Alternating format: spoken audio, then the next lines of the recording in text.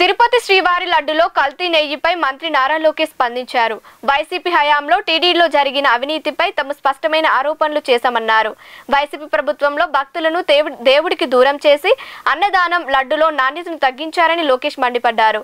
ఆ నెయ్యిని ఎన్డీడీఎఫ్ కు పంపిస్తే జంతువుల క్రొవ్వు పదార్థాలతో తయారు చేసిన నూనె అని నిర్ధారించారని తెలిపారు.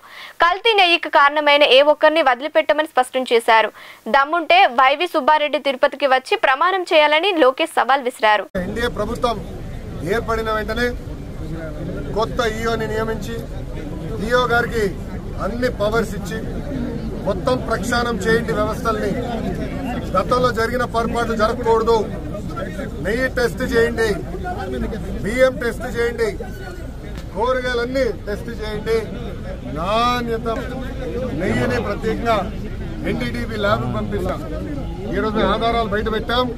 చాలా స్పష్టంగా పంది మాంసం ఉందని, అదేవిధంగా బీఫ్ ఫ్యాట్ ఉందని, ఫిష్ ఆయిల్ చేప ఉందని చాలా స్పష్టంగా రిపోర్ట్లో వచ్చింది.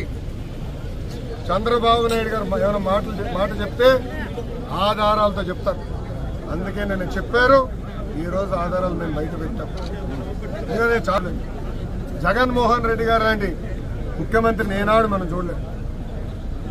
ముఖ్యంగా వెంకటేశ్వర స్వామి జోలికి వెళ్ళారు, నాణ్యత లేకుండా చేశారు, దేవుడిని భక్తులకి దూరంగా చేశారు.